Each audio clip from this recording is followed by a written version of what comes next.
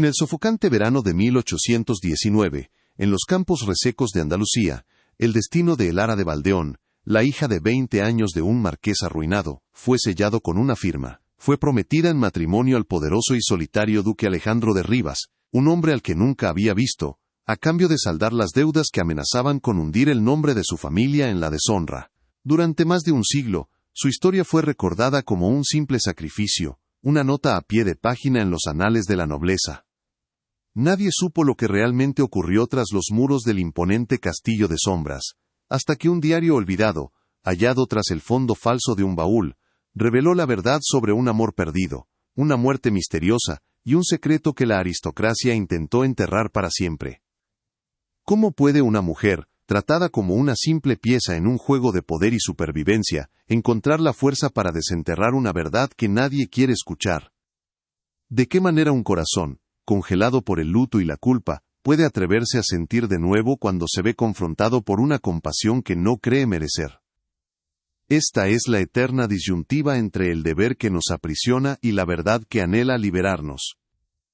Es la crónica de una lucha silenciosa, no contra un enemigo de carne y hueso, sino contra los fantasmas del pasado y las jaulas doradas de una sociedad que dictamina quién puede amar, quién debe sufrir, y quién está condenado a ser olvidado por la historia. Antes de revelarte qué contenían esas páginas amarillentas y cómo transformaron el miedo de Elara en una peligrosa determinación, comenta desde dónde nos estás viendo y suscríbete al canal. Créeme, la historia de coraje silencioso que estás a punto de descubrir te hará cuestionar todo lo que crees saber sobre el amor, el deber y la justicia. Lo que el tiempo intentó silenciar merece ser escuchado. Y el viaje de Elara hacia la verdad es un testimonio de la inquebrantable resistencia del espíritu humano frente a la más abrumadora de las opresiones. Su historia no es solo la suya. Es la de todas las almas que se negaron a ser borradas. La vida de Elara transcurría en la hacienda de los Olivos Secos, un lugar que era un mero eco de su antigua gloria. El sol andaluz, implacable y eterno, parecía coser no solo la tierra agrietada, sino también las almas de quienes la habitaban. Las paredes desconchadas, las fuentes del patio, mudas y secas, y los muebles cubiertos por sábanas blancas como fantasmas, componían el escenario de su resignación. Su existencia era una prisión silenciosa y melancólica, donde las comidas familiares eran ceremonias fúnebres marcadas solo por el tintineo de la platería. Ella era consciente de su papel. Era el último bien valioso de su familia, la moneda de cambio que compraría la supervivencia de un apellido ilustre ahora ahogado en deudas. No poseía la belleza deslumbrante que la nobleza celebraba en sus salones. La suya era una belleza callada, casi invisible, refugiada en unos grandes ojos oscuros que parecían contener todas las tristezas del mundo. Su inteligencia y su espíritu observador la habían llevado a buscar consuelo en los pocos libros que la familia no se había visto obligada a vender. Detrás de una apariencia de sumisión y obediencia, ardía una mente rebelde que se preguntaba por qué su destino debía pertenecer a otros. Su mayor cualidad era una empatía profunda, especialmente hacia los sirvientes y los desfavorecidos, pues en el fondo, se sentía una más de ellos. Una propiedad sin voz ni voluntad propia, sujeta a los caprichos de sus amos. Su padre, el marqués de Valdeón, no era un hombre cruel, sino patéticamente débil, un fantasma que vivía de las memorias de un pasado glorioso, quebrado por el orgullo y aterrorizado por la deshonra. Veía en el matrimonio de su hija no un acto de amor, sino la única solución lógica a su fracaso. Su madre, una mujer pragmática y fría, se dedicaba a instruirla en el arte de agradar al duque, como si estuviera adiestrando a un animal para su nuevo dueño. En la sociedad de 1819, una mujer de su clase y sin dote no tenía más futuro que un convento o la miseria. No había escapatoria. Cada lección de etiqueta, cada recordatorio de su deber, era un clavo más en el ataúd de su alma. Del duque Alejandro de Rivas, solo se oían susurros sombríos. Se decía que era un hombre recluido, amargado y emocionalmente inaccesible, que vivía atormentado en su imponente y frío castillo de sombras, en el norte de España. Nunca se le veía en la corte, y los rumores afirmaban que una tragedia personal lo había convertido en una cáscara vacía. Un hombre que cumplía con sus obligaciones ducales con una indiferencia gélida. Para Elara, su prometido no tenía rostro, solo la forma de sus miedos más profundos. Era la encarnación del futuro desconocido, un amo severo al que sería entregada, un hombre cuyo corazón, si es que aún tenía uno, estaba cerrado para siempre. La idea de compartir su vida y su lecho la llenaba de un pavor silencioso. En sus últimos días en la hacienda, Elara se aferraba a los pequeños actos de rebelión que constituían su libertad.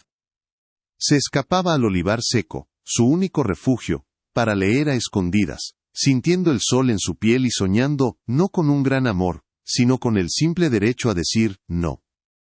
Su única confidente era Ana, la anciana criada que la había visto nacer, y que comprendía la tempestad que se agitaba tras sus ojos tranquilos. Era con ella con quien podía ser simplemente Elara, sin el peso de ser una Valdeón.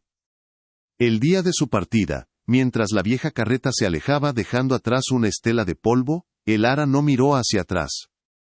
Su hogar había dejado de serlo hacía mucho tiempo, ahora solo era el prólogo de su sentencia. En el sofocante verano de 1819, en los campos resecos de Andalucía, el destino de Elara de Valdeón, la hija de 20 años de un marqués arruinado, fue sellado con una firma.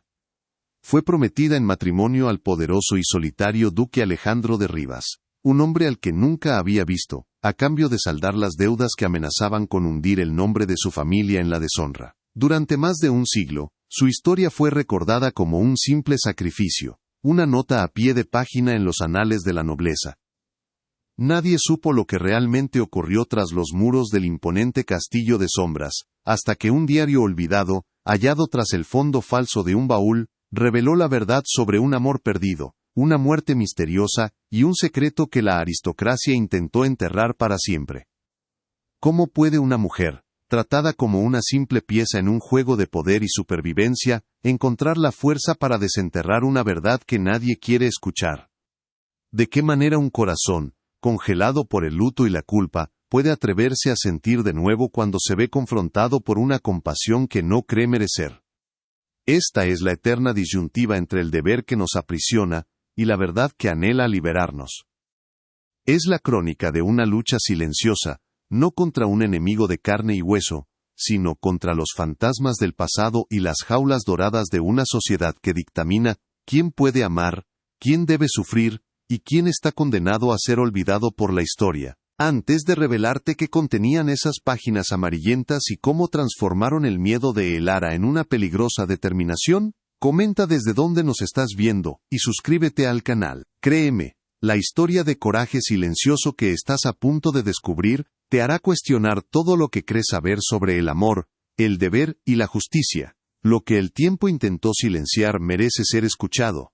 Y el viaje de Elara hacia la verdad, es un testimonio de la inquebrantable resistencia del espíritu humano frente a la más abrumadora de las opresiones. Su historia no es solo la suya, es la de todas las almas que se negaron a ser borradas. La vida de Elara transcurría en la hacienda de los Olivos Secos, un lugar que era un mero eco de su antigua gloria. El sol andaluz, implacable y eterno, parecía coser no solo la tierra agrietada, sino también las almas de quienes la habitaban. Las paredes desconchadas, las fuentes del patio, mudas y secas, y los muebles cubiertos por sábanas blancas como fantasmas, componían el escenario de su resignación.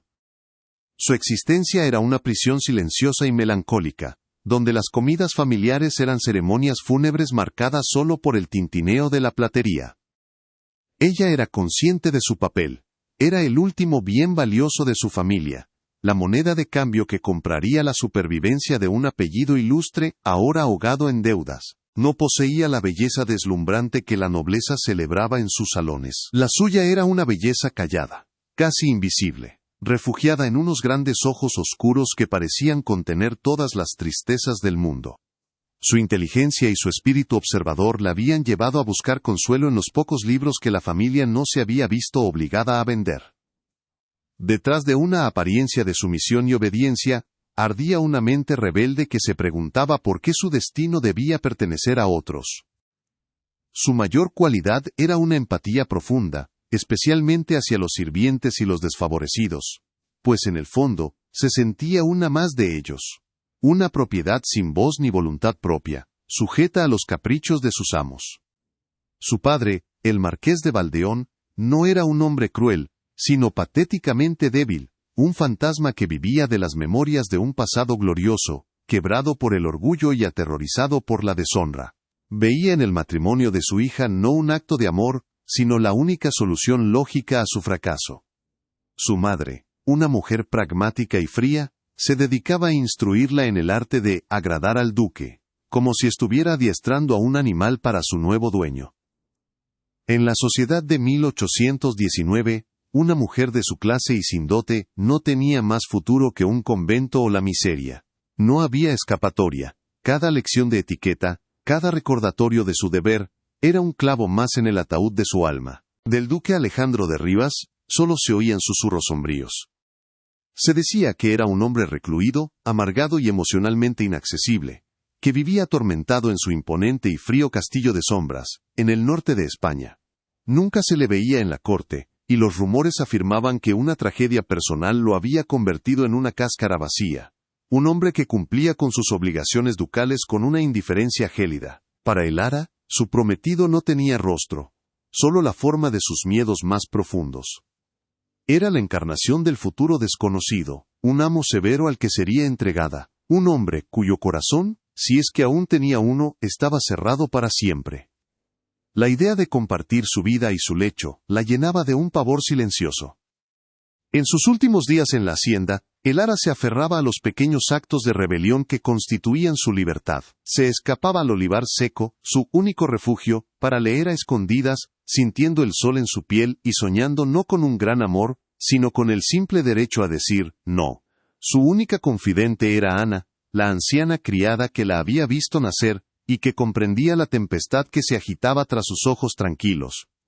Era con ella con quien podía ser simplemente el Lara, sin el peso de ser una Valdeón. El día de su partida, mientras la vieja carreta se alejaba, dejando atrás una estela de polvo, el Lara no miró hacia atrás. Su hogar había dejado de serlo hacía mucho tiempo, ahora solo era el prólogo de su sentencia. El viaje hacia el norte fue una lenta despedida del sol. A medida que la carreta se adentraba en tierras extrañas, el paisaje dorado y seco de Andalucía dio paso a bosques verdes y húmedos, envueltos en una niebla persistente que parecía adherirse al alma. El calor familiar fue reemplazado por un frío penetrante que ni las mantas de lana podían mitigar. Para el Lara, era como si el mundo mismo estuviera llorando su destino. Cada legua recorrida era un paso más hacia la oscuridad, un alejamiento de la única vida que había conocido, por miserable que fuera. Cuando finalmente divisó el castillo de sombras, encaramado en una colina rocosa contra un cielo perpetuamente gris, su corazón se detuvo. No era un hogar, era una fortaleza, una tumba de piedra con torreones que arañaban las nubes, prometiendo no refugio, sino una eternidad de aislamiento.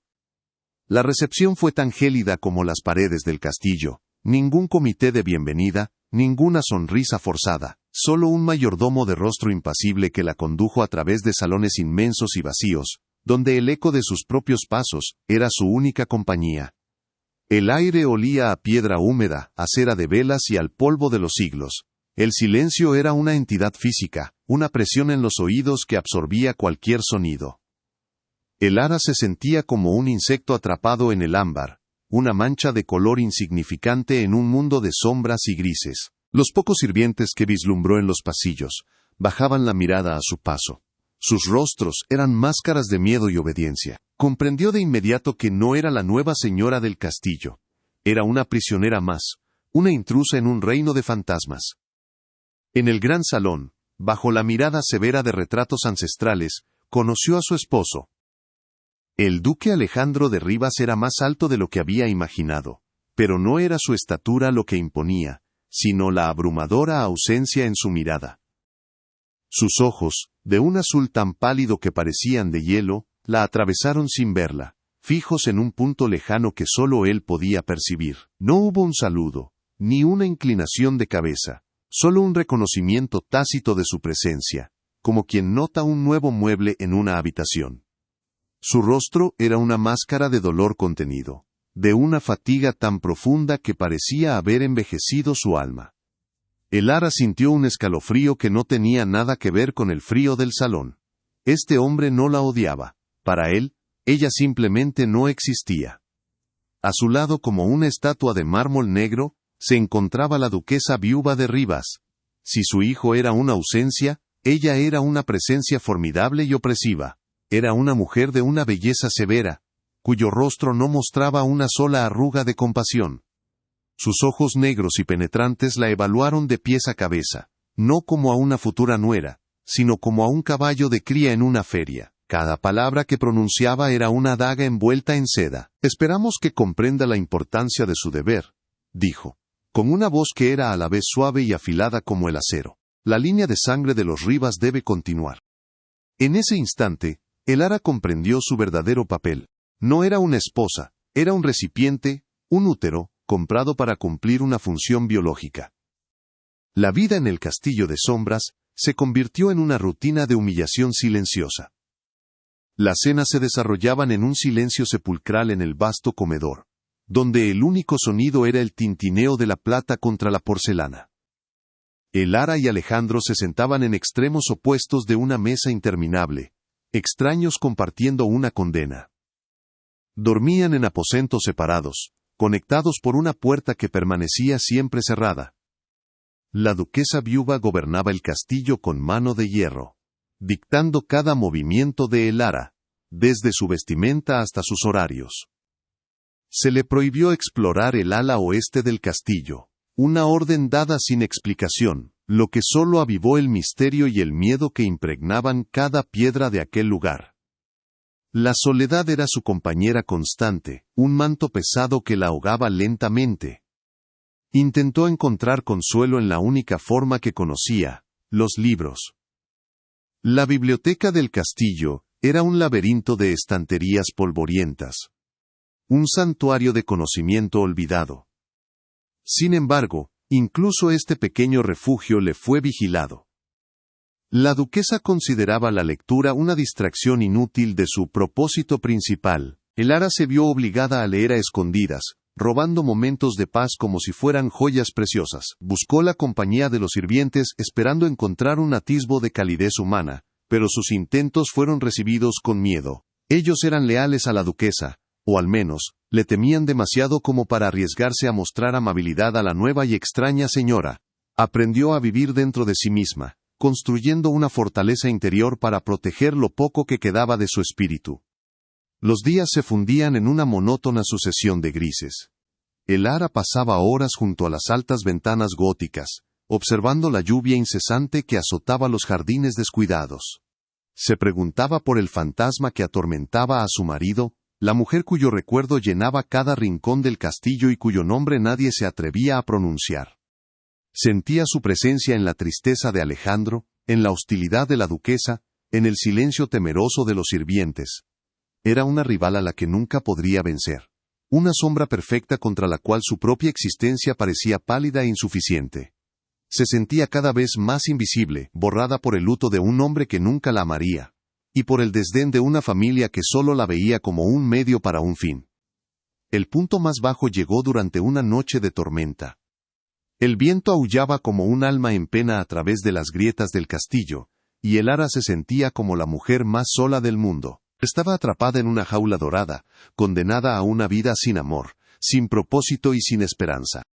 La joven que soñaba con la simple libertad de decir no, en un olivar andaluz había muerto, y en su lugar solo quedaba una duquesa fantasma, vagando por los pasillos de su propia tumba.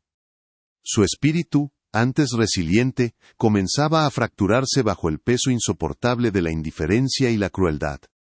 Era una nada, una sombra dentro de un castillo de sombras, y por primera vez, consideró que el olvido sería una bendición. Si alguna vez te has sentido invisible, atrapado en un destino que no elegiste, deja tu like y suscríbete al canal. Lo que Elara está a punto de descubrir en su momento de mayor desesperación, no solo cambiará su vida para siempre, sino que también te demostrará cómo la más pequeña chispa de verdad puede incendiar la más oscura de las prisiones. Su historia nos recuerda que incluso en el silencio más profundo, la justicia espera pacientemente su momento para hablar, y la fuerza para buscarla a menudo se encuentra cuando creemos que ya lo hemos perdido todo. El viaje de Elara apenas comienza y la revelación que la espera es el primer paso hacia su verdadera liberación. Una noche, incapaz de soportar el confinamiento de su habitación, Elara se aventuró por los pasillos prohibidos del ala oeste. Desobedecer era un riesgo, pero la apatía del sufrimiento le había otorgado una nueva y extraña forma de valentía. Guiada por la luz temblorosa de una vela, encontró una puerta entreabierta al final de un corredor cubierto de polvo. El aire dentro era denso, cargado con el aroma de lavanda seca y recuerdos estancados. La habitación había sido claramente el aposento de una mujer, pero estaba congelada en el tiempo, como si su ocupante acabara de salir. Un chal de seda yacía sobre una silla, y un libro de poesía estaba abierto sobre la mesita de noche. Era un santuario intacto, un lugar sagrado y prohibido. Su corazón latía con una mezcla de miedo y una curiosidad casi sacrílega. Se sentía una profanadora, una intrusa en el corazón del dolor de Alejandro. Fue entonces cuando lo vio. Un pequeño baúl de madera de olivo, escondido bajo la cama y cubierto por una fina capa de polvo. Sus manos temblaban al abrirlo. No contenía joyas ni riquezas, sino algo infinitamente más valioso y peligroso. Dentro, cuidadosamente envuelto en un pañuelo de seda, había un diario encuadernado en cuero desgastado, y un fajo de cartas atadas con una cinta azul descolorida. La caligrafía en la primera página era elegante y apasionada. El nombre escrito allí hizo que un escalofrío recorriera su espalda. Isabel. Había encontrado la voz del fantasma que la atormentaba. La noche del gran baile llegó como una sentencia. El castillo de sombras, por primera vez, estaba inundado de luz y de gente. Cientos de velas parpadeaban en los candelabros de cristal, arrojando un brillo dorado sobre la nobleza reunida, cuyas joyas y sedas pintaban el salón con colores vibrantes. Pero para Elara, todo era una farsa macabra. Se sentía como un cordero adornado para el sacrificio, expuesta a las miradas curiosas y a los susurros venenosos de una sociedad que la juzgaba por su dote inexistente. La duquesa viuva se movía entre los invitados como una araña en el centro de su tela, con una sonrisa helada que no llegaba a sus ojos. Elara sabía, con una certeza que le helaba la sangre, que aquella noche no era una celebración, era una ejecución pública de su dignidad, y la duquesa era la verdugo. El momento elegido fue perfecto, en el cenit de la velada, cuando la atención de todos estaba cautiva. Con una voz lo suficientemente alta para ser oída por los corrillos cercanos, la duquesa viuva se dirigió a Elara. «Querida, debes perdonar nuestra opulencia. Seguramente es abrumadora para alguien acostumbrada, a la sencillez de los olivos secos». La risa contenida que siguió fue como el sonido de cristales rotos. La humillación fue instantánea y total. Elara sintió cómo el color abandonaba su rostro, mientras las miradas se clavaban en ella, algunas con malicia, otras con una lástima casi peor. Vio a Alejandro al otro lado del salón, su rostro una máscara de tormento, paralizado entre el deber filial y una nueva, incómoda lealtad. En ese instante, Elara se sintió completamente sola, una pieza insignificante en un juego cruel. Fue entonces cuando una mano arrugada y familiar tocó la suya. Era Ana, la vieja criada, que había viajado desde el sur y se había mantenido en las sombras. Con los ojos llenos de una urgencia desesperada, la llevó a un recoveco tras una cortina de terciopelo. «Señora, ¿esto le perteneció a ella?», susurró, presionando algo frío y metálico en la palma de Elara. Era un pequeño broche de plata en forma de alondra. La noche que murió, se lo vi en la mano. La duquesa se lo arrancó justo antes de que cayera. La verdad, ahora completa y tangible, explotó en la mente de Elara. No había sido solo persecución, no había sido un accidente provocado por el miedo. Había sido un acto de violencia final. Un asesinato a sangre fría, cuyo único testigo silencioso era aquella pequeña ave de plata. Al volver al salón, su mirada se cruzó con la de Alejandro. Él vio el broche en su mano y su rostro palideció. Vio la misma crueldad en los ojos de su madre, ahora dirigidos a Elara, que había visto años atrás sobre Isabel, y algo dentro de él, el dique de contención construido con años de culpa, dolor y silencio, finalmente se rompió. Con un movimiento que silenció a la orquesta y detuvo cada conversación, Alejandro caminó hacia el centro del salón. No miró a Elara, sino directamente a su madre, y por primera vez en su vida, en su mirada no había miedo ni sumisión, solo el fuego purificador de una verdad demasiado tiempo enterrada. El aire se volvió denso, cargado de la electricidad de un cataclismo inminente. El destino de todos los presentes pendía de las palabras que estaban a punto de ser pronunciadas. Elara sostiene el broche, Alejandro está de pie ante la multitud silenciosa, con la mirada fija en su madre. La verdad es una pistola cargada, a punto de disparar. Antes de revelarte las palabras que pronunció y que hicieron añicos una dinastía, suscríbete al canal y activa las notificaciones. Lo que sucede en los próximos minutos es el momento más poderoso y liberador de toda esta historia, un instante que demuestra cómo el coraje de una sola persona puede cambiarlo todo. Créeme, no querrás perdértelo, porque la justicia, aunque tardía, está a punto de reclamar su voz en el lugar más inesperado y de la forma más contundente que puedas imaginar. Esta noche celebramos una unión, comenzó Alejandro, su voz resonando con una claridad aterradora en el silencio sepulcral. Pero esta casa, la casa de Rivas, está construida sobre una mentira que me ha mantenido prisionero y que ha costado una vida. Se giró hacia la nobleza estupefacta. Todos ustedes susurraron sobre Isabel, el amor de mi vida. La llamaron inadecuada, una mancha, pero la única mancha en el honor de esta familia es la que lleva mi propia madre en sus manos. Señaló a la duquesa viuva, cuyo rostro se había convertido en una máscara de incredulidad y furia.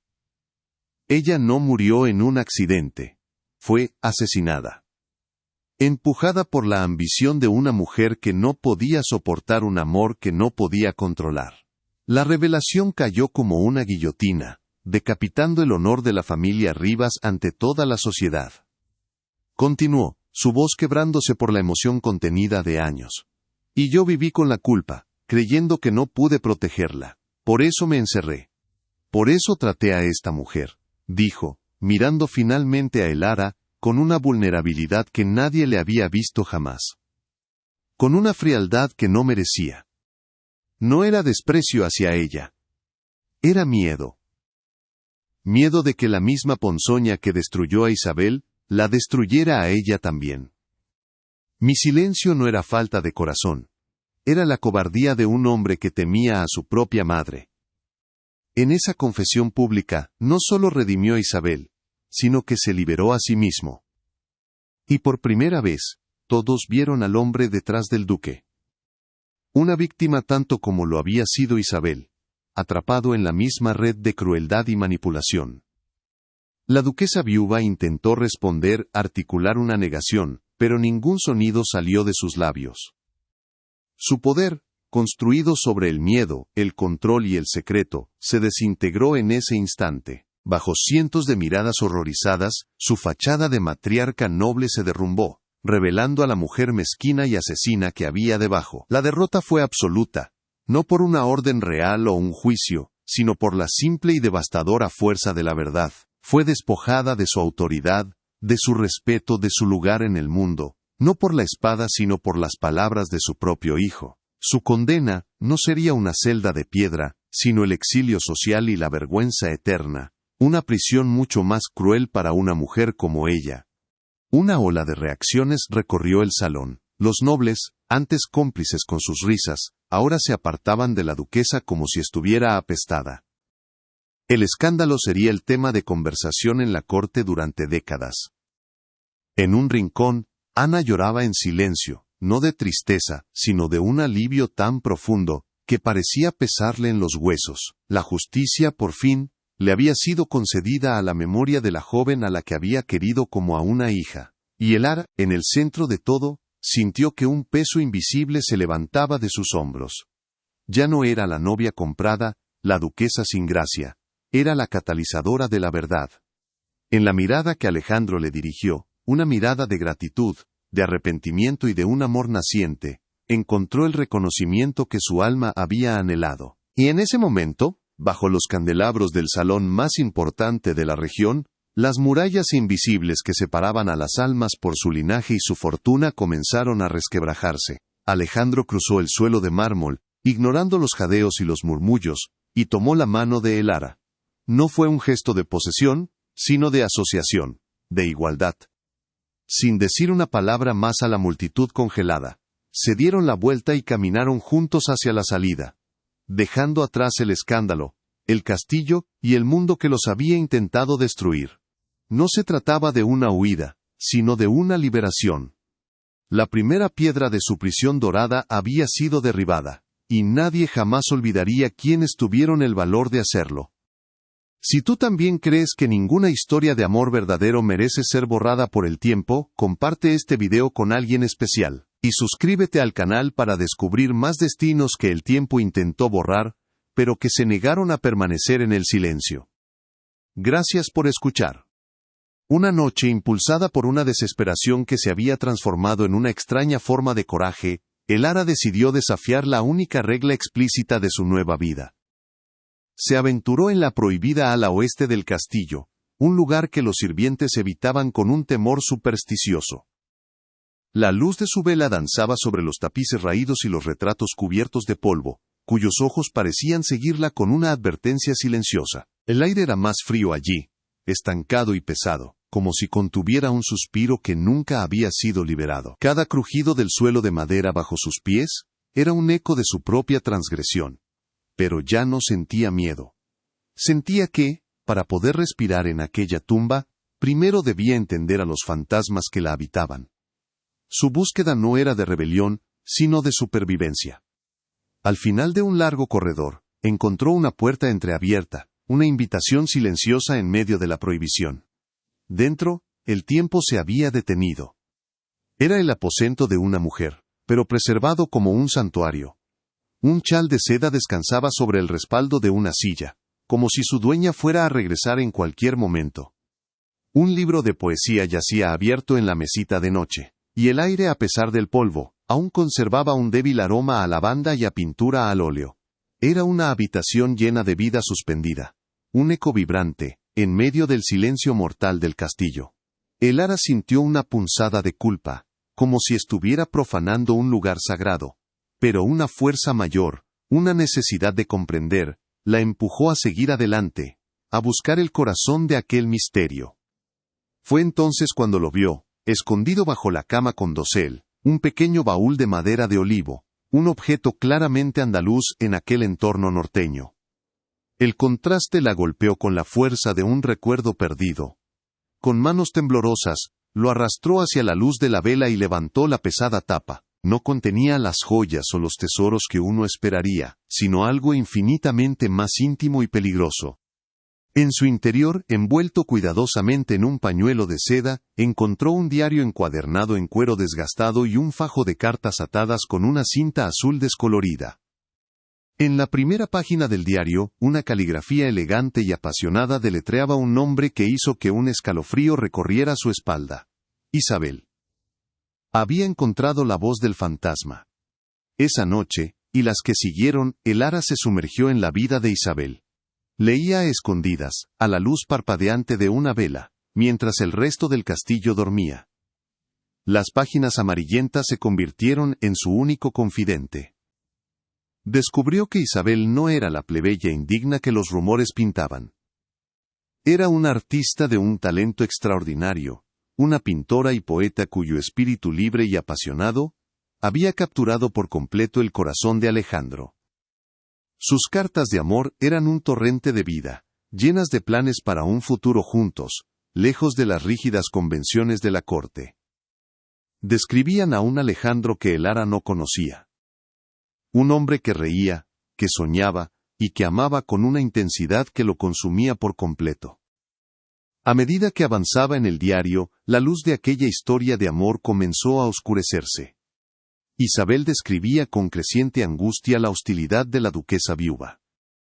No era simple desaprobación, era una campaña sistemática de tormento psicológico. La duquesa la aislaba, la humillaba en privado y la amenazaba veladamente, viéndola no como una persona, sino como una mancha, en el linaje impecable de los Rivas. El Ara podía sentir el miedo de Isabel filtrándose a través de la tinta, la sensación de ser una alondra atrapada en una jaula de oro, con un halcón vigilando cada uno de sus movimientos. La prosa apasionada de Isabel se fue volviendo más fragmentada, más temerosa, como si escribiera sabiendo que su tiempo se agotaba. La última entrada del diario estaba escrita con una mano temblorosa, las letras manchadas por lo que parecían ser lágrimas. No era una despedida, sino un grito de terror. Ella sabe que no me iré. Me ha dicho que hay formas de eliminar los obstáculos. Alejandro, mi amor, si lees esto, no creas lo que te digan. No ha sido mi elección. La frase final quedó inconclusa. El Ara cerró el diario, con el corazón latiendo desbocado. La verdad era más monstruosa de lo que jamás había imaginado. Isabel no había muerto en un trágico accidente. Había sido silenciada. El castillo no era un mausoleo para un amor perdido. Era la escena de un crimen, y el asesino seguía caminando libremente por sus pasillos. Con esta revelación, la percepción de El Ara sobre su propia situación cambió irrevocablemente. Ya no sentía solo miedo por su futuro, sino una profunda y peligrosa compasión por el hombre que dormía al otro lado del muro. Alejandro no era un duque frío y sin corazón. Era un hombre destrozado, una víctima atrapada en la misma red de mentiras y crueldad que había matado a la mujer que amaba. Su dolor no era una barrera, sino un puente que ahora los conectaba. El Ara comprendió que el fantasma de Isabel no era su rival, era su aliada. Y el diario que sostenía en sus manos no era solo la historia de una tragedia. Era un arma, y ella era la única que podía decidir si usarla. La carga de ese secreto la transformó. Una nueva determinación endureció su mirada y enderezó su espalda. Ya no caminaba por los pasillos como una sombra asustada, sino como una observadora silenciosa, una guardiana de la verdad. Comenzó a mirar a Alejandro no con temor, sino con una empatía que la obligaba a actuar. Sus gestos hacia él se volvieron deliberados, pequeñas ofrendas de comprensión en medio del desierto emocional de sus vidas. Le dejaba un libro que sabía que le gustaría. Se aseguraba de que sus platos favoritos fueran servidos en la cena, o simplemente permanecía en silencio a su lado en la biblioteca, ofreciendo una compañía que no exigía nada a cambio. No buscaba su amor, buscaba alcanzar al hombre que se escondía tras la máscara del duque. Alejandro, por su parte, reaccionó a este cambio con una mezcla de confusión y hostilidad. La pasividad temerosa de El Ara había sido fácil de ignorar, pero esta nueva fuerza silenciosa era desconcertante. La compasión en sus ojos era un espejo en el que no se atrevía a mirarse, pues reflejaba la culpa y el dolor que había intentado enterrar durante años. Se volvió más frío, más distante, intentando reconstruir los muros que ella, sin saberlo, estaba derribando con su gentileza.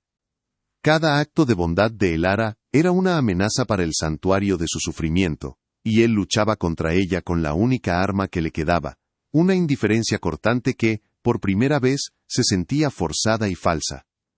La duquesa viuda no tardó en percibir la sutil alteración en la dinámica del castillo. Era una estratega maestra en el campo de batalla de las emociones humanas, y notó la creciente influencia de El Ara sobre su hijo. Vio cómo la mirada de Alejandro a veces se detenía en su joven esposa un segundo más de lo necesario, y sintió el peligro. Su vigilancia sobre El Ara se intensificó, convirtiéndose en una presencia constante y opresiva. Sus comentarios se volvieron más afilados, sus preguntas más incisivas, buscando cualquier debilidad, cualquier indicio de que la joven duquesa estuviera descubriendo los secretos que las paredes del castillo guardaban con tanto celo. Para la duquesa, El Ara había dejado de ser un simple recipiente para convertirse en una amenaza potencial a su control absoluto. Armada con este conocimiento, El Ara comenzó a observar su nuevo mundo con una claridad dolorosa. Ya no veía solo indiferencia en los sirvientes, sino un miedo profundamente arraigado. Entendió que su silencio no era falta de lealtad hacia ella, sino una estrategia de supervivencia aprendida tras años bajo el yugo de la duquesa. En una conversación con Mateo, el joven maestro de establos, mencionó casualmente el amor de Isabel por los caballos. El rostro del joven se ensombreció, y en voz baja, le contó cómo Isabel solía cabalgar como el viento, riendo, y cómo la duquesa le había prohibido hacerlo, diciendo que era indigno de su futura posición. Cada pequeña revelación era un hilo más en el tapiz de la crueldad de la matriarca, demostrando que su persecución había sido metódica y total. El enfrentamiento directo era inevitable. Una tarde, mientras Elara leía en los jardines, la duquesa viuva se le acercó, su sonrisa era tan fría como el acero. «Espero que estés encontrando tu lugar aquí, querida», comenzó, su voz una seda envenenada. Algunas almas curiosas tienden a perderse en el pasado de esta familia. Es un laberinto del que es mejor no buscar la salida. La historia ya está escrita, y los que intentan reescribirla a menudo terminan con las manos manchadas de tinta, o de algo peor. La amenaza era inequívoca, una advertencia para que abandonara su búsqueda, pero en lugar de intimidar a Elara, sus palabras solo confirmaron sus sospechas y solidificaron su resolución. Ahora sabía que no luchaba solo por la memoria de Isabel, sino por su propia vida. Pocos días después, buscando refugio en la inmensa biblioteca, Elara encontró algo que el diario no podía ofrecer: una imagen. Escondido dentro de un pesado tomo de filosofía, había un dibujo a carboncillo, claramente hecho por una mano experta. Era un retrato de Alejandro, pero un Alejandro que ella nunca había visto. Estaba sonriendo, una sonrisa genuina y abierta que le iluminaba todo el rostro. En la esquina inferior una pequeña firma, Isabel. La prueba tangible de su amor y su felicidad perdida, la golpeó con una fuerza abrumadora. No era solo una historia en un diario. Era real. Había sido vibrante y había sido destruida.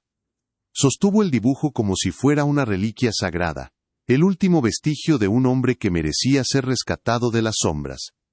Fue en ese preciso instante cuando Alejandro entró en la biblioteca. La vio de pie, con el dibujo en la mano, y su rostro se transformó. Por un momento, el duque helado desapareció, y en su lugar apareció el hombre del retrato, su mirada llena de un dolor tan profundo y desnudo, que Elara tuvo que apartar la vista. Se acercó lentamente, sus ojos fijos en el rostro sonriente de su yo pasado. Ella veía cosas que nadie más veía, susurró, su voz ronca por la emoción. Fue la primera vez que hablaba de Isabel.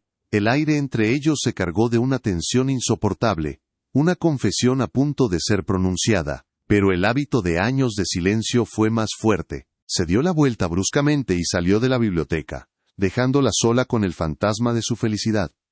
Fue la duquesa viuva quien rompió el tenso equilibrio.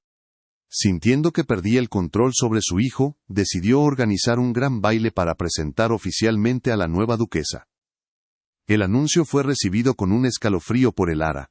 Comprendió de inmediato que el evento no era una celebración sino un escenario. Era el campo de batalla elegido por la duquesa, para reafirmar su poder, para humillarla públicamente, y para demostrarle a Alejandro, y a toda la sociedad, quién ostentaba verdaderamente el poder en el castillo de sombras. La invitación, escrita en una caligrafía impecable, se sentía como una citación a su propia ejecución. Sabía que aquella noche, la guerra silenciosa que había estado librando en los pasillos oscuros, saldría a la deslumbrante y cruel luz de los candelabros. La víspera del baile, un carruaje polvoriento llegó al castillo sin previo aviso. De él descendió una figura encorvada y familiar, que hizo que el corazón de Elara diera un vuelco. Era Ana, su vieja y leal criada de Andalucía. Había viajado durante semanas, impulsada por una premonición y un secreto que ya no podía guardar.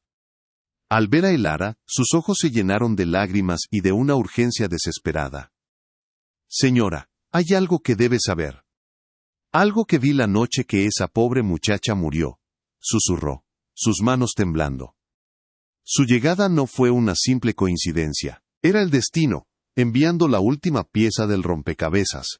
El testigo final que la historia había olvidado, y que ahora venía a reclamar su voz en el momento más crucial. La noche del gran baile, el castillo de sombras estaba irreconocible, inundado de luz, música y el murmullo de cientos de nobles. Elara, vestida con sedas que se sentían como una armadura, descendió la gran escalinata sintiendo sobre ella el peso de cientos de miradas. El aire estaba cargado de tensión, una electricidad que solo ella, Alejandro y la duquesa parecían sentir. Sabía que estaba a punto de enfrentarse a su verdugo, en un escenario diseñado para su aniquilación. Antes de revelarte qué sucedió en ese salón deslumbrante, y cómo una sola palabra puede derribar un imperio, suscríbete al canal y activa las notificaciones. Lo que estás a punto de presenciar es la colisión inevitable entre una mentira cuidadosamente construida y una verdad que se ha negado a morir. El salón de baile era un mar de joyas y sonrisas falsas. Cientos de velas en los candelabros de cristal arrojaban un brillo dorado sobre la nobleza reunida, creando un espectáculo de una opulencia casi cegadora. Pero para Elara, era un teatro de la crueldad. Se sentía como un espécimen exótico en exhibición, el centro de los susurros venenosos que se deslizaban tras los abanicos. La duquesa viuda, resplandeciente en terciopelo negro, se movía entre los invitados con la gracia de una depredadora, su sonrisa helada nunca alcanzando sus ojos calculadores. Elara entendió, con una certeza que le helaba la sangre, que no estaba allí para ser presentada, sino para ser destruida. Aquella noche era el acto final de la duquesa, para asegurar su victoria. El momento fue elegido con una precisión quirúrgica, en el apogeo de la velada, cuando la atención de todos estaba cautiva. Con una voz que cortaba el aire, la duquesa viuda se dirigió a Elara, asegurándose de que los corrillos más influyentes pudieran oírla. Querida, debes perdonar nuestra opulencia. Seguramente es abrumadora para alguien acostumbrada a la sencillez de los olivos secos. La risa contenida que siguió fue como el sonido de cristales rotos. La humillación fue instantánea y total. Elara sintió cómo el calor abandonaba su rostro, mientras las miradas se clavaban en ella, algunas con malicia, otras con una lástima que era casi peor. Al otro lado del salón, vio el rostro de Alejandro, una máscara de tormento, paralizado entre el deber filial y una nueva y atormentada lealtad. Fue entonces cuando una mano arrugada y familiar tocó la suya. Era Ana, que se había mantenido en las sombras de los pasillos de servicio. Con los ojos llenos de una urgencia desesperada, la llevó a un recoveco tras una pesada cortina de terciopelo. Señora, esto le perteneció a ella, susurró, presionando algo frío y metálico en la palma de Elara. Era un pequeño broche de plata en forma de alondra. La noche que murió, se lo vi en la mano. La duquesa se lo arrancó. Se lo arrancó justo antes de que cayera por el balcón. La verdad, ahora completa y tangible, explotó en la mente de Elara. No había sido solo persecución. No había sido un accidente provocado por el miedo. Había sido un acto de violencia final. Un asesinato a sangre fría. Al volver al salón, su mirada se cruzó con la de Alejandro. Él vio el broche de alondra en su mano, un regalo que él mismo le había hecho a Isabel, y su rostro palideció. En ese instante, vio en los ojos de su madre, ahora fijos en Elara con una fría furia, la misma expresión que había visto la noche de la muerte de Isabel. Y algo dentro de él, el dique de contención construido con años de culpa, dolor y silencio, finalmente se rompió. Con un movimiento que silenció a la orquesta y detuvo cada conversación, Alejandro caminó hacia el centro del salón. No miró a Elara sino directamente a su madre, y por primera vez en su vida, en su mirada no había miedo ni sumisión, solo el fuego purificador de una verdad demasiado tiempo enterrada. Esta noche celebramos una unión, comenzó Alejandro, su voz resonando con una claridad aterradora en el silencio sepulcral. Pero esta casa, la casa de Rivas, está construida sobre una mentira que me ha mantenido prisionero y que ha costado una vida. Se giró hacia la nobleza estupefacta. Todos ustedes susurraron sobre Isabel, la llamaron inadecuada, una mancha. Pero la única mancha en el honor de esta familia es la que lleva mi propia madre en sus manos. Señaló a la duquesa viuda, cuyo rostro se había convertido en una máscara de incredulidad. Ella no murió en un accidente.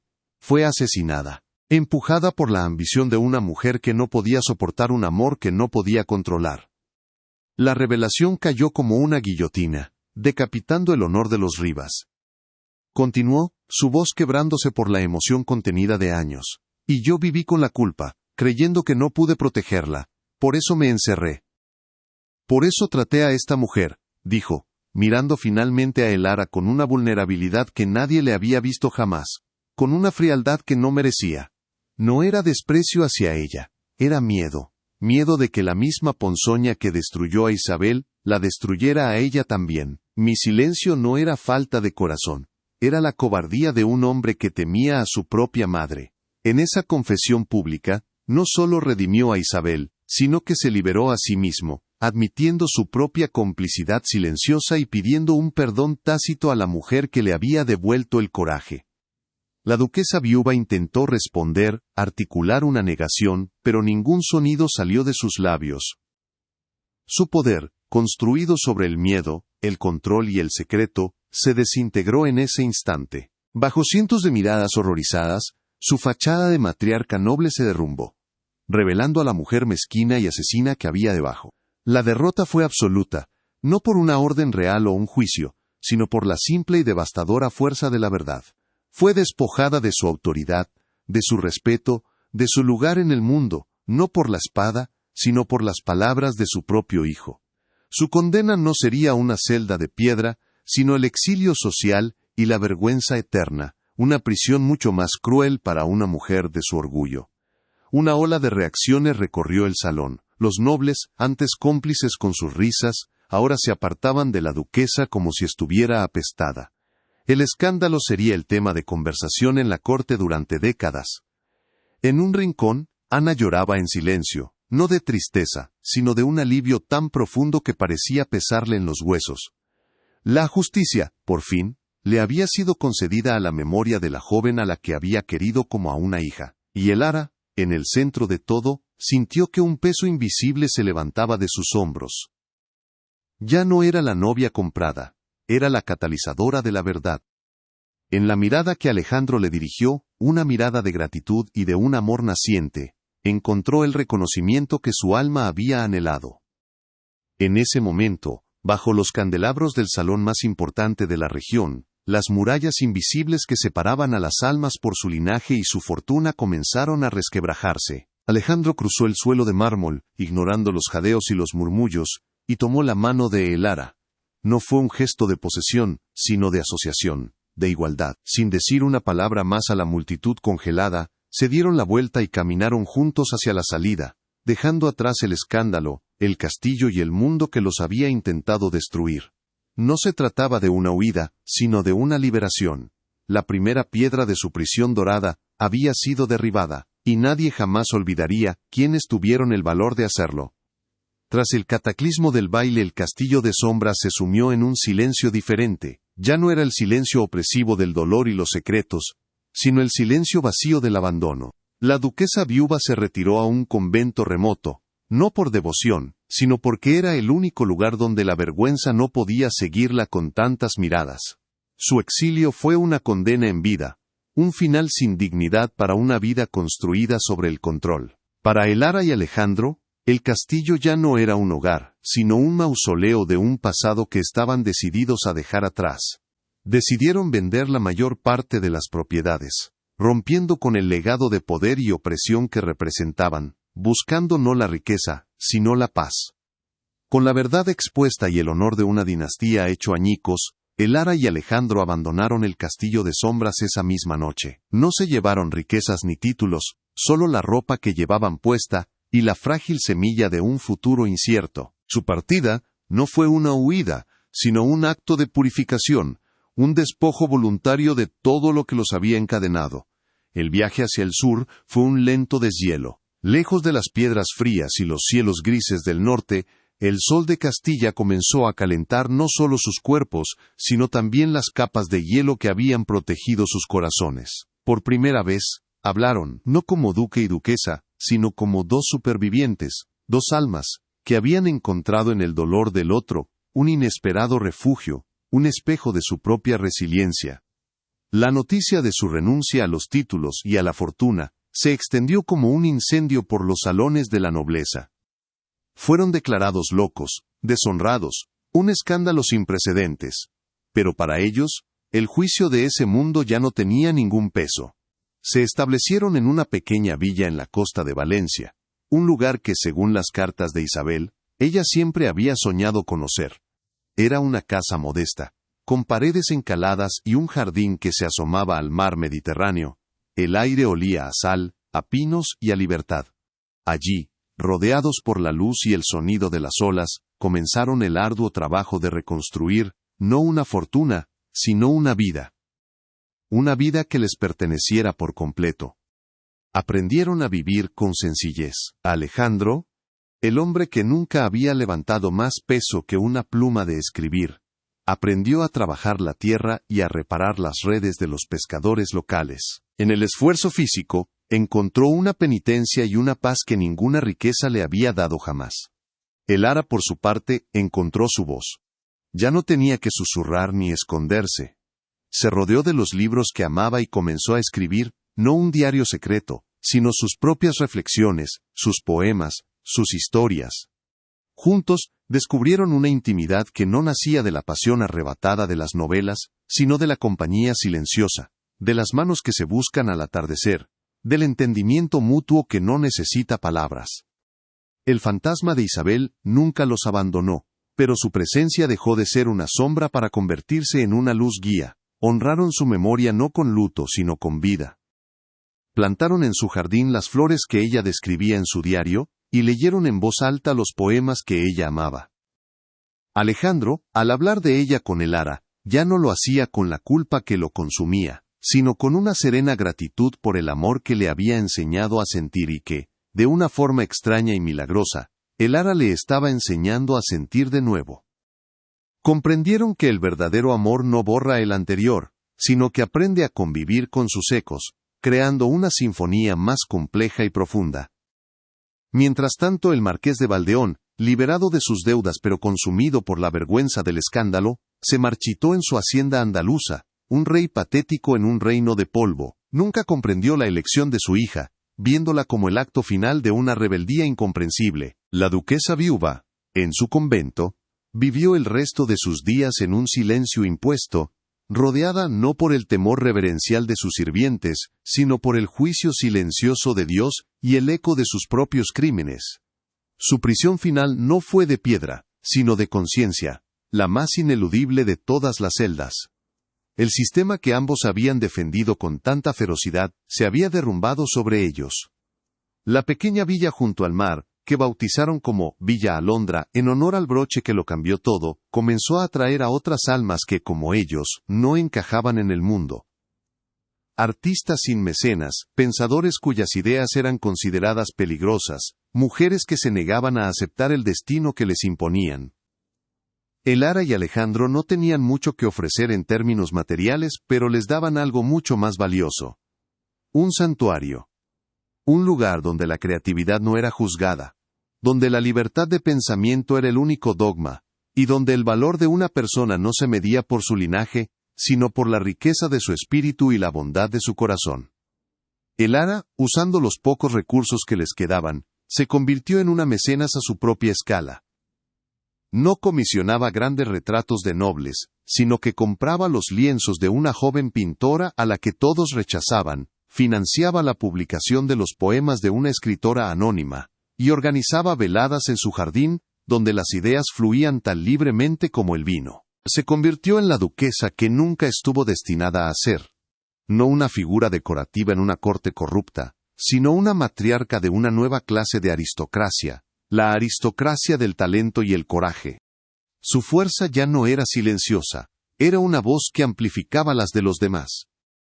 Alejandro encontró su redención en ser el pilar sobre el que el ara construía este nuevo mundo. Ya no era el atormentado duque de Rivas, sino simplemente Alejandro, el hombre que cuidaba el jardín, que escuchaba con atención las acaloradas discusiones filosóficas, y que miraba a su esposa con una admiración, que era la forma más pura de amor. Había sacrificado un ducado, pero había ganado un alma.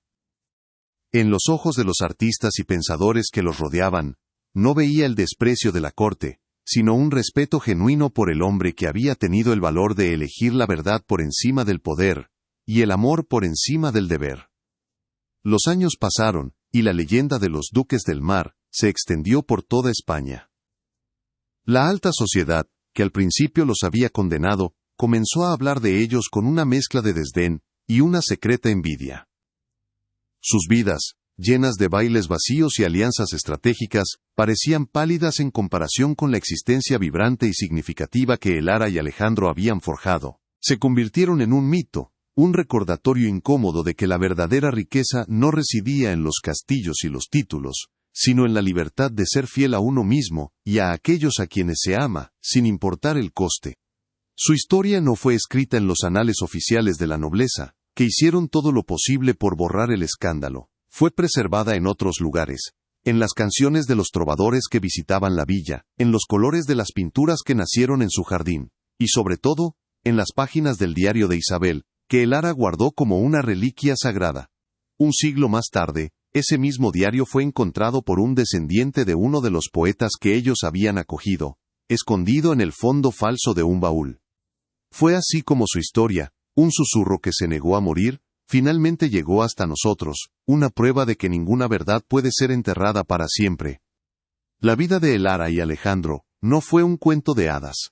Tuvieron que enfrentar la escasez, la enfermedad y el dolor de ser parias. Pero su amor, forjado en la adversidad, y cimentado en el respeto mutuo, se convirtió en su fortaleza inexpugnable. Demostraron que es posible construir un paraíso sobre las ruinas de una vida rota, que la compasión puede ser un arma más poderosa que la ambición, y que la verdadera nobleza no se hereda, se elige cada día, en cada acto de bondad, en cada defensa de la verdad, y en la valiente decisión de amar sin condiciones. Si crees que las historias de coraje silencioso y amor verdadero nunca deben ser olvidadas, comparte este video con alguien que valore la fuerza del espíritu humano, y suscríbete al canal para descubrir más destinos que el tiempo intentó borrar, pero que se negaron a permanecer en el silencio.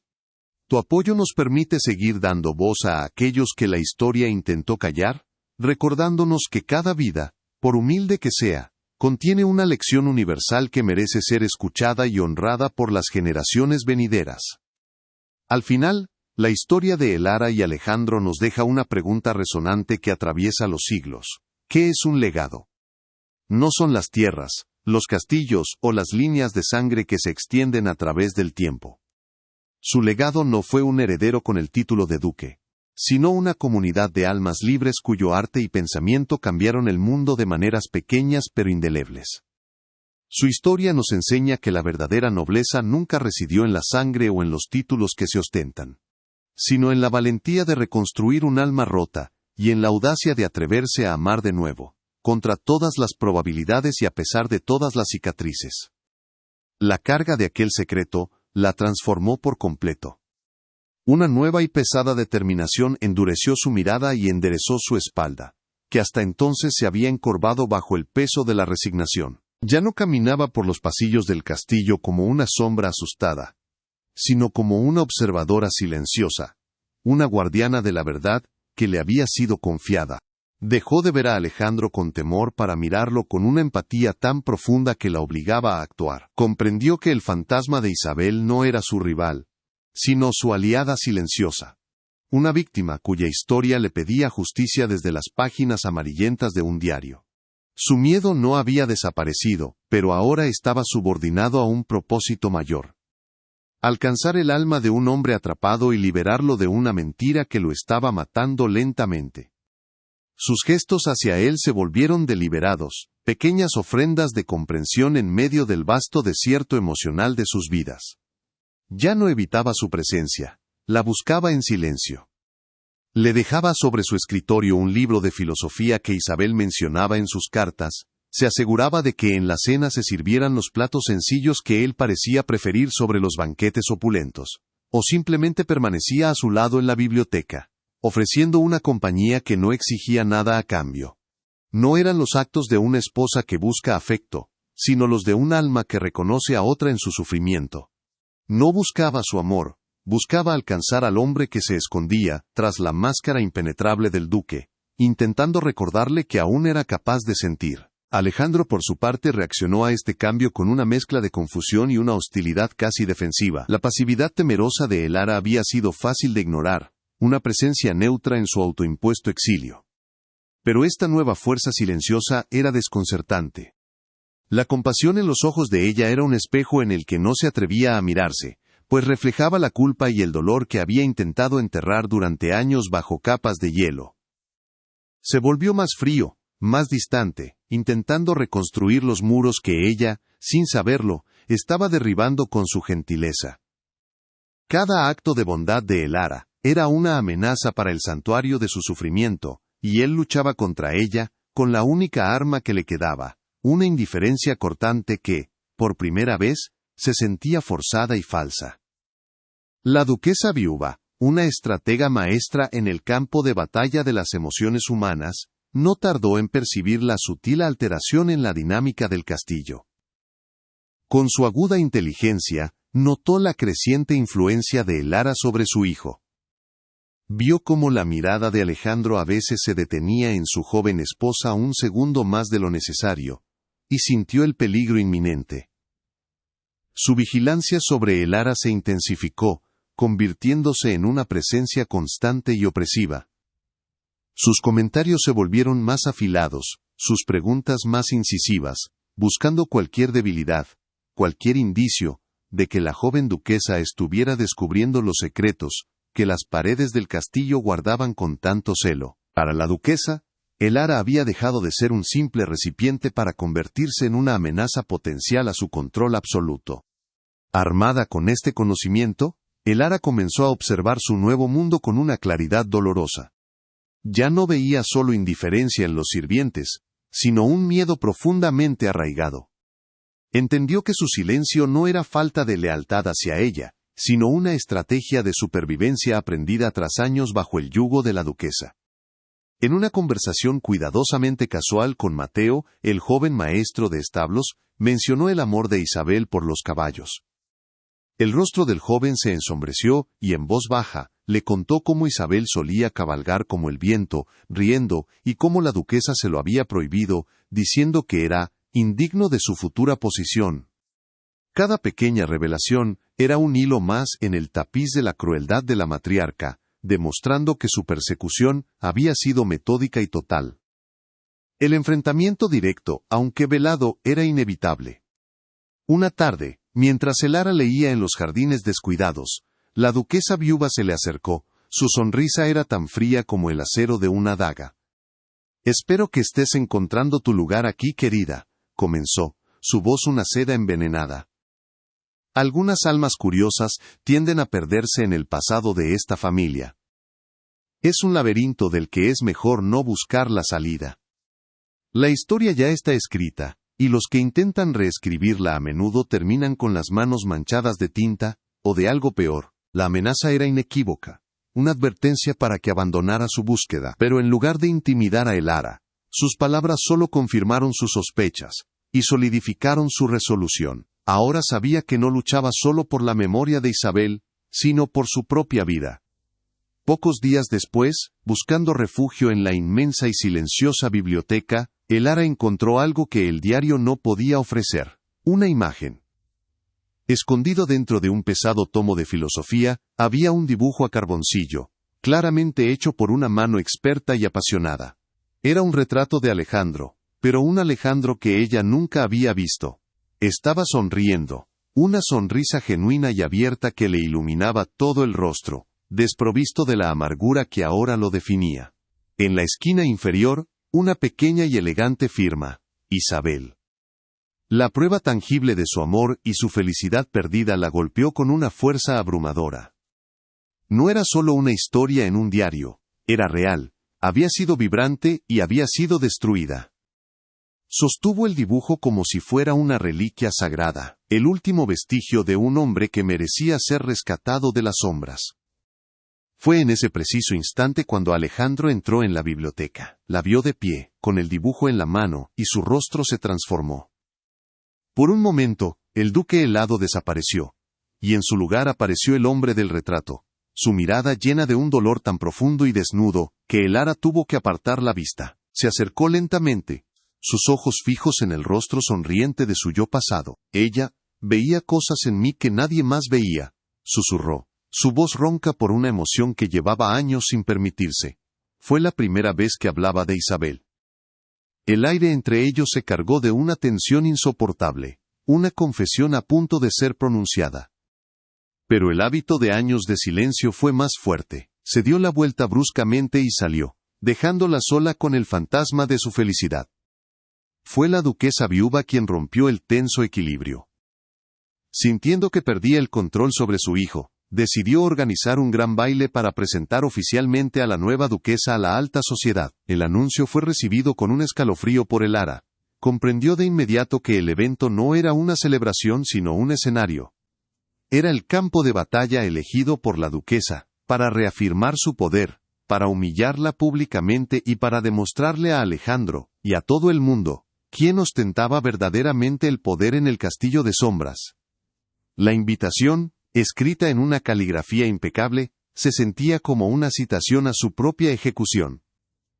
Sabía que aquella noche, la guerra silenciosa que había estado librando en los pasillos oscuros, saldría a la deslumbrante y cruel luz de los candelabros.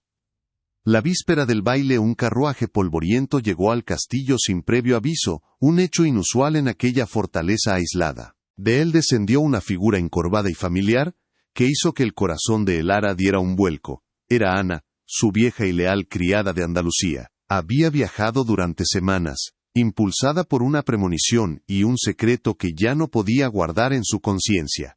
Al ver a Elara sus ojos se llenaron de lágrimas y de una urgencia desesperada. «Señora, hay algo que debe saber.